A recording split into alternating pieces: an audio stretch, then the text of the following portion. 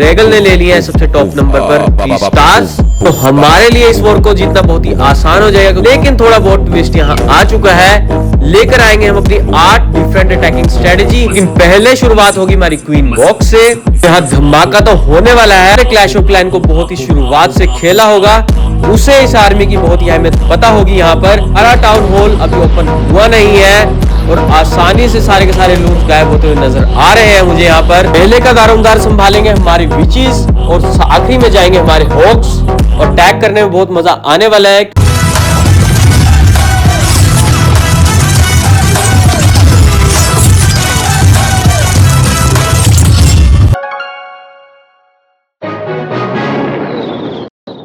तो क्या हाल है दोस्तों, मैं आपका दोस्त प्रणव फिर आ गया हूं एक नई वीडियो के साथ। और आज की वीडियो में मैं लेकर आया हूं आपके लिए रैंक बैटल्स, जो कि हम खेलेंगे अपनी काला बादशाह वाली आईडी से, जो कि है हमारी TH12।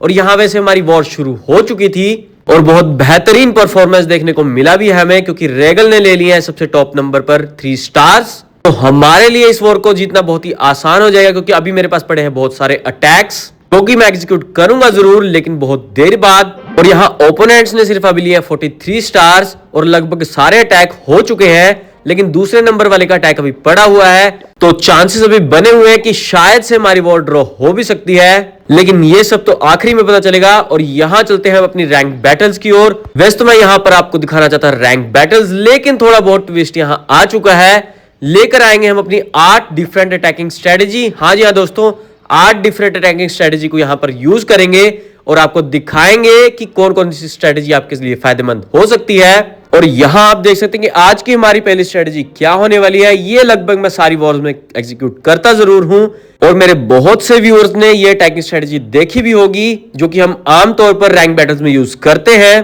तो शुरुआत करते हैं बहुत ही बेहतरीन, लेकर आते हैं अपनी पुरानी आर्मी को। और यहां आप देख सकते हैं कि हमारा वार्डन अभी बिजी पड़ा हुआ है, तो लेकर जा रहे हैं अपने मिनियन प्रिंस को। चलो शुरू करते हैं बिना किसी देरी के। और रैंक मोड शुरू हो चुका है हमारे यहाँ पर, और हमारा पहला ओपोनेंट भी आ चुका है, जो कि है TH12। लेकिन रश बेस हमारे सामने आया है, तो हम इसे आसानी से उड़ाएंगे जरूर। यूज करेंगे पहले अपने लाइटनिंग स्पेल्स का, और उड़ाएंगे ओपोनेंट के सारे एयर डिफेंसेस, क्योंकि एयर डिफेंसेस बहुत ही लो लेवल के पड़े हुए हैं। तो हमारे 2 लाइटनिंग स्पेल में ही काम चल रहा है यहाँ पर, और आसानी से सारे के सारे एयर डिफेंस यहाँ पर उड़ा दिए हैं। लेकिन सारे के सारे लाइटनिंग स्पेल्स को यहाँ पर यूज करेंगे, जिससे कि ऑलमोस्ट सारा का सारा डिफेंस क्लियर हो जाएगा और हमारे आने वाले ट्रूप्स के लिए बहुत ही आसानी हो जाएगी। तो आप देख सकते हैं कि लाइटनिंग स्पेल यहाँ खत्म हो चुके हैं, और डिस्ट्रक्शन के लेवल को भी आप देख सकते हैं। तो कॉर्नर से मैंने यूज कर दिया अपने इलेक्ट्रो ड्रैगन्स को, जो कि आसपास की बिल्डिंग्स को उड़ा देंगे और वे बनाएंगे हमारे ड्रैगन्स के लिए कि वो जाए सीधा हमारे ईगल आर्टिलरी के ऊपर और लेकर जाए साथ के साथ टाउन हॉल को भी। और आप देख सकते हैं कि मैंने सारी की सारी आर्मी को रिलीज कर दिया है। तो यूज करते हैं अपने किंग एंड क्वीन का भी। इससे जरूरत तो नहीं पड़ने वाली है दोस्तों, क्योंकि बहुत ही लो लेवल का डिफेंस सामने आया हुआ है। तो मुझे समझ में नहीं आता कि रैंक बैटल्स में इतने लो लेवल के बेसिस लाकर फायदा क्या है, जो कि बहुत ही आसानी से डिस्ट्रॉय हो भी जाएंगे और हमें देकर जाएंगे 3 स्टार्स। और यहाँ हम यूज करते हैं अपने किंग की एबिलिटी का और निपटाते हैं सारे के सारे बेस को बिल्कुल ही जल्दी, क्योंकि जितने जल्दी इस बेस को निपटाएंगे उतनी जल्दी जाएंगे अपने नेक्स्ट ओपोनेंट की ओर। और देखने वाली बात ये रहेगी कि अगले आने वाले ओपोनेंट कैसे होने वाले हैं। कोशिश तो हमारी यही रहने वाली कि सामने आए हमारे सामने TH12 मैक्स आउट बेसिस, लेकिन मुझे लगता नहीं, क्योंकि पहले ही हालात बहुत ही कमजोर नजर आ रहे हैं ओपोनेंट के। कि आप देख सकते हैं कि सारे की सारी आर्मी मेरी बची हुई है यहाँ पर, और मुझे लगता नहीं कि कोई भी ड्रैगन यहाँ डिस्ट्रॉय हुआ भी होगा। और आसानी से ले लिया हमने 3 स्टार्स। मेटियोर ने जाते जाते जलवा बिखेरा जरूर है। चलो चलते हैं दोस्तों अपने अगले ओपोनेंट की ओर, और देखना यह भी है कि हम अगली आर्मी को क्या यूज करने वाले हैं, क्योंकि मैं सारे के सारे अटैक्स डिफरेंट अटैकिंग स्ट्रेटेजी के साथ लेकर आने वाला हूं। अब तक अगली स्ट्रेटेजी हमारे सामने आ चुकी है, तो यहां हम यूज करने वाले हैं अपनी वल्करीज का। लेकिन पहले शुरुआत होगी हमारी क्वीन वॉक से। यहाँ धमाका तो होने वाला है, वो भी ओपोनेंट के बेस के ऊपर। और यहाँ आप कॉम्बिनेशन को देख सकते हैं कि मैं क्या कॉम्बिनेशन लेकर जा रहा हूं। लेकर जा रहा हूं अपने 2 गोलैम्स को, साथ ही उनके साथ रिलीज करेंगे अपने 2 पेक्कास को भी, और उनके पीछे बैक फायर करेंगे हमारी विचेस, और मौके का इंतजार करेंगे थोड़ा, ताकि हम वल्करीज को रिलीज कर पाए।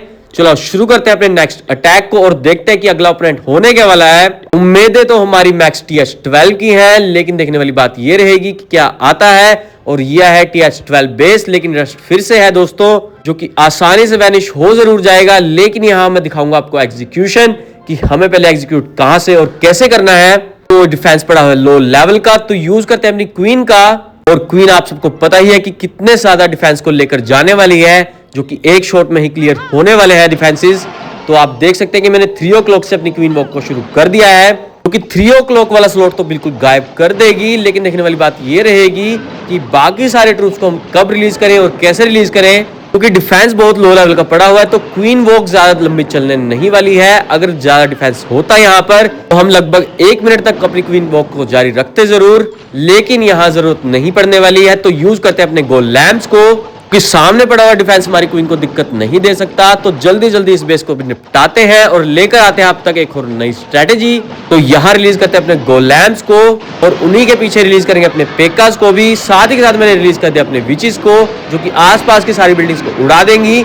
और आप देख सकते हैं कि मैं अपने किंग को कहां से रिलीज कर दिया है, बिल्कुल आर्मी के साथ साथ लेकर जाएंगे अपने किंग को भी, क्योंकि लेकर जाना है अपने बेस की कोर में, क्योंकि उड़ाना है ओपोनेंट का टाउन हॉल। और मौके का करेंगे इंतजार ताकि यूज करें अपनी वल्करीज को भी। लेकिन यहाँ फ्री स्पेल को गिरना मत भूलना दोस्तों, जिसने हमारे किंग को ऑलमोस्ट डाउन कर ही दिया था। लेकिन बिल्कुल भी दिक्कत नहीं होने वाली है। तो स्पाइकी बॉल का डैमेज आप देख सकते हैं कि आसानी से सारी बिल्डिंग्स को उड़ा जरूर दिया है, और साथ ही साथ उड़ा दिया ओपोनेंट का टाउन हॉल भी। और वल्करीज आ चुके हैं बेस के अंदर, जिनके ऊपर मैं लगातार यूज कर रहा हूं अपने हेस्ट स्पेल को। और हीलिंग स्पेल को यूज करना बिल्कुल भी मत भूलना दोस्तों, क्योंकि वल्करीज को हीलिंग स्पेल की जरूरत बहुत ज्यादा होती है, क्योंकि ओपोनेंट का डिफेंस आसानी से उन्हें उड़ा सकता है। और अगर आपने अंदाजा लगा लिया होगा कि मेरी वल्करीज अभी TH11 की ही पड़ी हुई है, उन्हें हमें अपग्रेड नहीं किया है अभी तक, लेकिन हमने आसानी से ले लिया है TH12 बेस पर 3 स्टार्स। और यहाँ नॉन स्टॉप अटैकिंग चलने वाली है। लेकिन देखने वाली बात ये रहेगी कि अगली आर्मी हमारी होने के वाली है। कोशिश हमारी ये रहेगी कि लेकर आए अब तक ग्राउंड स्ट्रेटेजी। और आप देख सकते हैं कि मैं यूज करने वाला हूं अपने जैन टेक्निक को, और ये बहुत ही ओल्ड टाइमर टेक्निक होने वाली है दोस्तों। जिन्होंने क्लैश ऑफ क्लैन को बहुत ही शुरुआत से खेला होगा, उसे इस आर्मी की बहुत ही अहमियत पता होगी यहाँ पर, क्योंकि तब डार्क एलिक्सर बहुत ही महंगे होते थे और आसानी से नहीं मिलते थे। तब ऑलमोस्ट सभी के सभी प्लेयर्स यूज करते थे इसी टेक्निक को, जिससे कि हमारे एलिक्सर यूज होते जरूर थे, लेकिन आसानी से कलेक्ट करते थे बहुत सारी लूट। और यहाँ अचानक से मुझे अटैकिंग स्ट्रेटेजी याद जरूर आई और आप तक लेकर आ जरूर रहा हूं। जो भी नए नए प्लेयर्स होंगे उन्होंने अटैकिंग स्ट्रेटेजी अब तक नहीं देखी होगी। चलो शुरू करते हैं इस अटैकिंग स्ट्रेटेजी को और देखते हैं कि आज के बेसिस पर और आज के टाउन हॉल 12 पर यह अटैकिंग स्ट्रेटेजी काम करती भी है या नहीं, क्योंकि उस टाइम तक TH11 ही मैक्स आउट होता था। तो यहां आप देख सकते हैं कि हमारे सामने आया TH12 max out base, walls max हुई नहीं है, और कुछ डिफेंस आपको TH11 का भी दिखाई दे रहा होगा। लेकिन ये हमें दिक्कत में डाल सकता है, क्योंकि मैं करने जा रहा हूं अपने जेंट अटैक। लेकिन शुरुआत करेंगे अपनी क्वीन वॉक से और लेकर आएंगे अपने मेजर डिफेंस को, जो कि होने वाली हमारी ईगल आर्टिलरी, क्योंकि ओपोनेंट ने ईगल आर्टिलरी को बाहर ही रखा हुआ है, जो कि हमारे लिए बहुत ही बेहतरीन बात रहने वाली है। तो इस बेस में कुछ खास बचा नहीं है दोस्तों, क्योंकि ईगल आर्टिलरी को हमने पहले ही वैनिश कर दिया है। तो यूज करना है अपनी क्वीन वॉक का और लगातार यूज करना है अपने वॉल ब्रेकर्स का भी, और लेकर जाना है अपनी क्वीन को बेस के अंदर। और यहाँ ओपोनेंट के क्लैन कैसल में से निकल आए हैं ड्रैगन्स, जो कि हमारी क्वीन को दिक्कत में डालेंगे जरूर। तो यूज करते हैं अपने रेग स्पेल का भी, जो कि हमारी क्वीन को देगी बूस्ट और आसानी से ओपोनेंट के डिफेंसेस को उड़ाएगी।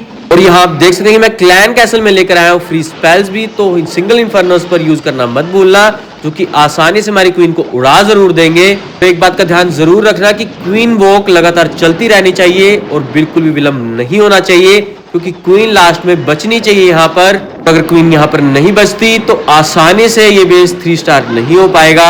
यहाँ मैंने दूसरे एंड से रिलीज कर दिया अपने किंग को, साथ ही के साथ मैं अपनी बची हुई आर्मी को रिलीज करते जा रहा हूँ। पर लेकिन स्लॉट में दोस्तों अगर आप लगातार यूज कर देंगे तो हम लेकर आ रहे हैं सिर्फ आर्चर और बारबेरियंस को, जो कि आसानी से अगर बॉम्ब के लपेटे में आए तो डिस्ट्रॉय हो जाएंगे। लेकिन अगर आपने दूसरी ओर गौर फरमाया हो कि हमारे जायंट्स बेस के अंदर बढ़ चुके हैं, और यहाँ मैं अपने मशीन्स को यूज करना तो भूल ही गया और यूज कर रहा हूँ डायरेक्टली अपने ट्रूप्स को, जिसमें है हमारा पेक्का और साथ ही के साथ पड़े हुए हैं जायंट्स। और यहाँ मैंने अपनी किंग की एबिलिटी का यूज कर जरूर दिया है और स्पाइकी बॉल ने अपना डैमेज करा भी है, लेकिन साथ ही साथ मैं यूज कर रहा हूँ अपने आर्चर्स को भी। लेकिन अगर आपने गौर फरमाया हो कि हमारी आर्मी थोड़ी बिखरती हुई नजर आ रही है, क्योंकि ये अटैक डबल साइड हो चुका है, जो कि हमने बहुत टाइम से एग्जीक्यूट नहीं भी किया था। तो इस अटैकिंग स्ट्रेटजी में हम मिनियन प्रिंस को यूज करना पड़ेगा, क्योंकि आप देख सकते हैं कि ओपोनेंट का मिनियन प्रिंस अभी पड़ा हुआ है, जो कि हमारी मोस्टली आर्मी को लेकर जा सकता है और कैपेबल भी है दोस्तों। लेकिन अगर आपने गौर फरमाया हो कि ऑलमोस्ट सारा का सारा डिफेंस क्लियर हो चुका है, और हमारी क्वीन भी बाकी पड़ी हुई है, तो आसानी से ये बेस तो 3 स्टार हो जाएगा। और अब मैं यूज कर रहा हूँ अपनी सारी की सारी बची हुई आर्मी को, जिसमें हमारी बारबेरियन, साथ ही साथ रिलीज करूंगा अपने गोब्लिन्स को भी। और जिन्होंने भी क्लैश ऑफ क्लैन बहुत ही शुरुआत से खेली होगी तो उन्हें इस ट्रेनिंग की अहमियत पता होगी दोस्तों। और अब तो सब भी भूल चुके हैं, क्योंकि बहुत से नए ट्रूप्स आ चुके हैं, बहुत ही आसानी से जो लूट लेकर आ सकते हैं और आसानी से उड़ा सकते हैं ओपोनेंट के बेसिस को। और यहाँ आप देख सकते हैं कि आसानी से हमने यहाँ ले तो लिया है 3 स्टार, लेकिन अब आ चुके हैं हमारे हाथ में इक्विपमेंट जो कि आसानी से लेकर आ सकते हैं 3 स्टार्स। यहाँ अकेले ट्रेनिंग ही मायने नहीं रखती, मायने रखते हैं तो बहुत सारे इक्विपमेंट्स भी। और यहाँ हम आ चुके हैं अपनी चौथी ट्रेनिंग की ओर, और आप देख सकते हैं कि मैं अटैक करने जा रहा हूं अपने लावा लून्स के साथ। ड्रैगन्स को करते हैं थोड़ा रिमूव और एड ऑन करते हैं थोड़े लावा हॉर्न्स को भी। जैसे कभी भी मैंने अपने लावा लून्स अटैक को नहीं एग्जीक्यूट किया है, चाहे मैं ओल्ड टाइमर अटैकिंग में जाऊं भी, मुझे पता नहीं कि कैसे एग्जीक्यूशन को रखना है और क्या होनी चाहिए हमारी ट्रेनिंग, लेकिन हम करके जरूर देखेंगे और लेकर आएंगे आसानी से 3 स्टार्स, क्योंकि हमारे हाथ लग चुके हैं बहुत सारे इक्विपमेंट्स, तो डिस्ट्रक्शन तो होगा जरूर। देखने वाली बात ये रहेगी कि कितने हमारे लावा हाउंड्स बचने वाले हैं और कितने लून्स भी। लेकिन यहां हमारे 3 ड्रैगन्स भी काम नहीं आने वाले हैं, तो रिमूव करूंगा अपने ड्रैगन्स को, क्योंकि आप देख सकते हैं कि मैं करने जा रहा हूं अपने लावा लून्स अटैक को। तो यहां रिमूव करते हैं अपने ड्रैगन्स को और लेकर आते हैं और सारे बैलून्स को। और यहां आप मेरी आर्मी के कॉम्बिनेशन को देख सकते हैं कि मैं हीलिंग स्पेल्स का भी यहां यूज करने वाला हूं और यूज करने वाला हूं साथ ही के साथ अपने रेग स्पेल का भी। चलो चलते हैं दोस्तों अपने अगले ओपोनेंट की ओर और देखते हैं कि क्या सिनेरियो रहने वाला है। यहां आप देख सकते हैं कि हमारे सामने आया हुआ TH12 मैक्स आउट बेस, जो कि हमें दिक्कत जरूर देने वाला है, क्योंकि मैं लेकर आया हूं अपने लावा लून्स को, तो दिक्कत यहां होने जरूर वाली है। लेकिन देखने वाली बात यह रहेगी कि कितनी जल्दी ये बेस निपटने वाला है। तो मुझे पता भी नहीं है कि लावा लून्स को कैसे यूज करना है, तो पहले यूज करते हैं अपने लावा होंड को और साथ के साथ उनके पीछे रिलीज करूंगा अपने लून्स को भी। लेकिन यहाँ थोड़ी बहुत स्विचिंग की जरूरत पड़ने वाली है। मिनियन प्रिंस यहाँ थोड़ी बहुत मदद करेगा जरूर, लेकिन देखने वाली बात ये रहेगी कि कितने आखिरी में लून्स बचने वाले हैं यहाँ पर। यहाँ आप देखते हैं कि लावा यूज करते ही मैंने यूज करते अपने लून्स को भी, जो कि आसानी से ऑलमोस्ट डिफेंस को उड़ाएंगे जरूर। लेकिन देखने वाली बात ये रही क्लैन कैसल के ट्रूप्स हमें कितना डिस्ट्रक्शन देने वाले हैं। और मैंने साथ ही साथ यूज कर दिया अपनी क्वीन को भी और साथ ही साथ रिलीज करेंगे अपने किंग को भी। और लावा हाउंड्स को अपने एयर डिफेंस के नजदीक ही छोड़ना, जो कि आसानी से हमारे लून्स को स्पेस देंगे और टाइम भी देंगे दोस्तों, जो कि आसानी से डिस्ट्रक्शन लेकर आएंगे। यहाँ आप देख सकते हैं कि साथ ही साथ मैं रिलीज कर रहा हूँ अपने रेग स्पेल को भी और यूज करेंगे अपने हीलिंग स्पेल का भी, क्योंकि हीलिंग स्पेल से बचेंगे हमारे लून्स जो कि डिफेंस के आड़े आ चुके हैं। लेकिन अगर आप गौर फरमा रहे हो कि हमारा टाउन हॉल अभी ओपन हुआ नहीं है और आसानी से सारे के सारे लून्स गायब होते हुए नजर आ रहे हैं मुझे यहाँ पर। यहाँ क्लैन कैसल के ट्रूप्स भी बाहर आ चुके हैं, जो कि बहुत ही मुश्किलें खड़ी करने वाले हैं, क्योंकि आप देख सकते हैं कि बहुत सारे डिफेंस अभी बचा हुआ है। तो हमारे तीनों के तीनों हीरोज की एबिलिटी बची जरूर है, लेकिन बचा हुआ है ओपोनेंट का एयर डिफेंस भी, जो कि हमारे मिनियन प्रिंस को छोड़ेगा बिल्कुल नहीं। तो देखने वाली बात ये रहने वाली है कि कितने डिस्ट्रक्शन लेकर आने वाले हैं हमारे हीरोज यहाँ पर, क्योंकि हीरोज के ऊपर रह गया है ये दारोमदार। और आप देख सकते हैं कि आर्मी के रूप में कुछ भी बचा नहीं है, बचे हैं तो सिर्फ हमारे हीरोज, जिनके पास पड़ी हुई एबिलिटीज वो भी मैक्स आउट। कोशिश हमारी यही रहने वाली कि लेकर आए आसानी से 3 स्टार, लेकिन ओपोनेंट के पास पड़े हुए सिंगल इन्फर्नो, जो कि दिक्कत देंगे जरूर। एक इन्फर्नो तो हमारे किंग की स्पाइकी बॉल ने उड़ा दिया है, लेकिन दूसरा इन्फर्नो कितना कुछ टैकल करने वाला है वो तो बाद में पता ही चलेगा। यहाँ हमारी क्वीन आड़े हाथों आ चुकी है सिंगल इन्फर्नो के, तो यूज कर दिया अपनी एबिलिटी का और 3 क्वीन हमारे सामने आ चुकी है, जो कि आसानी से इस लेवल के डिफेंस को उड़ा देंगी और साथ ही साथ उड़ा दिया ओपोनेंट का टाउन हॉल भी। तो आसानी से ये 3 स्टार तो जा रहा है, लेकिन आप टाइम स्लॉट को देख सकते हैं कि पड़ा हुआ है 1 मिनट, तो बिल्डिंग भी सारी क्लियर होने वाली है यहाँ पर। लेकिन अगर आप गौर फरमाए कि लावा हाउंड अटैक हमसे बिल्कुल भी नहीं हुआ एग्जीक्यूट, ये सारा अटैक हमारा लेकर आए सारे के सारे हीरोज। अगर हमारे हीरोज यहाँ नहीं होते तो ये अटैक आता सिर्फ 2 स्टार का या फिर सिर्फ 1 स्टार का। क्योंकि अगर आपने देखा हो कि सारी की सारी आर्मी निपट चुकी थी और ये क्या दोस्तों हमारे लावा हाउंड का एक अंश बचा हुआ है, क्योंकि उड़ा रहा है बहुत छोटी छोटी बिल्डिंग्स को। तो बहुत ही अच्छी बात है यहाँ पर कि आर्मी के रूप में कुछ तो बचा है यहाँ पर, क्योंकि हमसे एग्जीक्यूशन में यहाँ दिक्कत हुई जरूर, क्योंकि हम ले गए सारे के सारे लून्स को। लेकिन एक बात तो है दोस्तों कि हमें प्रैक्टिस करने की यहाँ पर बहुत जरूरत पड़ने वाली है, क्योंकि लावा लून्स अटैक उस टाइम का बहुत ही बेहतरीन अटैक हुआ करता था। लेकिन अब बहुत सारे ट्रूप्स आ चुके हैं तो हमने यूज किया भी नहीं है उसे। यहाँ प्रैक्टिस करने की जरूरत पड़ने वाली है दोस्तों। और वैसे एक बात बता दूं कि मैंने लावा हॉर्न्स को कभी भी अपनी लाइफ में यूज नहीं किया है, पहली बार होगा कि मैं आपके सामने लेकर आया हूं अपने लावा हॉर्न्स को। और यहाँ चलते हैं अपनी अगली ट्रेनिंग की ओर और देखते हैं कि क्या ट्रेनिंग रहने वाली है। लेकर जा रहा हूं यहाँ पे अपने फिर से अपने पेकास को, और साथ ही साथ यहाँ लेकर जा रहा हूं अपनी विचेस को, और शायद से ये गोवो विच अटैक कहलाता था पहले, इसमें कि हमारा कॉम्बिनेशन जाएगा अपनी विचेस और विजार्ड्स का, और साथ ही साथ लेकर जा रहे हैं अपने होग्स को फॉर द टाइम अप। पहले का दारोमदार संभालेंगे हमारी विचेस और आखिरी में जाएंगे हमारे होग्स। अटैक करने में बहुत मजा आने वाला है क्योंकि पहले हमने अटैक को एग्जीक्यूट बहुत बार किया हुआ है और आपने देखा भी होगा दोस्तों। तो चलते हैं दोस्तों अपने अगले ओपोनेंट की ओर, और आप देख सकते हैं हमारे सामने आया TH12 बेस, लेकिन डिफेंस कुछ खास नजर नहीं आ रहा है यहाँ पर, तो आसानी से ये बेस क्लियर होने वाला है। यहाँ पर शुरुआत होने वाली हमारे गोलैम्स से, क्योंकि गोलैम्स डिस्ट्रैक्ट करेंगे सारे के सारे डिफेंस को, तो उन्हीं के पीछे रिलीज करेंगे अपने पेकास को भी, और साथ ही साथ बची हुई सारी की सारी आर्मी को, जो कि होने वाली हमारी विचेस की। होग्स को यहाँ यूज करने में थोड़ी देरी करेंगे जरूर, क्योंकि जहां डिफेंस ज्यादा पड़ा होगा वहीं से यूज करेंगे अपने होग्स को, और बाकी बची हुई आर्मी को साथ साथ रिलीज कर देंगे। और साथ ही लेकर आए हम अपने लोग लॉन्चर को भी, जो कि वे दिखाएगा सीधा टाउन हॉल की ओर, जो कि आसानी से हमारे ट्रूप्स पहुंच जाएंगे टाउन हॉल के ऊपर। यहाँ कोर आसानी से डिस्ट्रॉय हो भी जाएगी, लेकिन हमें यूज करते रहना है लगातार अपने स्पेल्स का, जो कि है हमारे हीलिंग स्पेल्स। लेकिन वो हीलिंग स्पेल यूज करेंगे अपने होग्स में, और रेग स्पेल को यूज करना मत भूलना, जो कि हमारी विचेस के स्केलेटन को देंगे बूस्ट और आसानी से इस बेस को उड़ा भी देंगे। यहाँ आप देखते हैं आसानी से ओपोनेंट का टाउन हॉल टूट चुका है, तो यूज करते हैं अपनी किंग की एबिलिटी का, क्योंकि लो बहुत पड़ा हुआ है। तो स्पाइकी बॉल के डिस्ट्रक्शन को आप देख सकते हैं कि आसानी से सारे सारे डिफेंस को उड़ा दिए गए यहाँ पर। तो मुझे लगता नहीं कि क्वीन की एबिलिटी यूज करने की जरूरत पड़ने वाली है, तो लगातार यूज करते हैं अपने हीलिंग स्पेल को। दोस्तों ये सुपरमैसी आ चुकी है हमारे होग्स और विचेस को लेके, इन्होंने आसानी से इस लेवल के बेस को उड़ा दिया है, बहुत दिक्कत तो नहीं हुई है बिल्कुल भी। आप आर्मी की तादाद को देख सकते हैं कि बहुत ज्यादा पड़ी हुई है, होग्स कुछ कम नजर आ जरूर रहे हैं, लेकिन साथ ही साथ पड़े हुए हमारे माइनर्स भी, जो कि मैं लेकर आया था अपने क्लैन कैसल में, और यहाँ आसानी से ले लिए हमने 3 स्टार्स। चलो चलते हैं दोस्तों अपने अगले आर्मी की ओर, ओपोनेंट की ओर तो नहीं, अपनी आर्मी की ओर दोस्तों, क्योंकि आर्मी क्या होने वाली है बहुत ही मायने रखने वाला है यहाँ पर। और यहाँ आप देखते हैं कि लूट अटैक वाली आर्मी मैं लेकर जा रहा हूं, और ये आर्मी बहुत ही बेहतरीन होने वाली है, और आप अटैक की एग्जीक्यूशन को देखना जरूर, और कितनी बेहतरीनी से हम ओपोनेंट के बेस को उड़ाने वाले हैं ये नोटिस करना जरूर।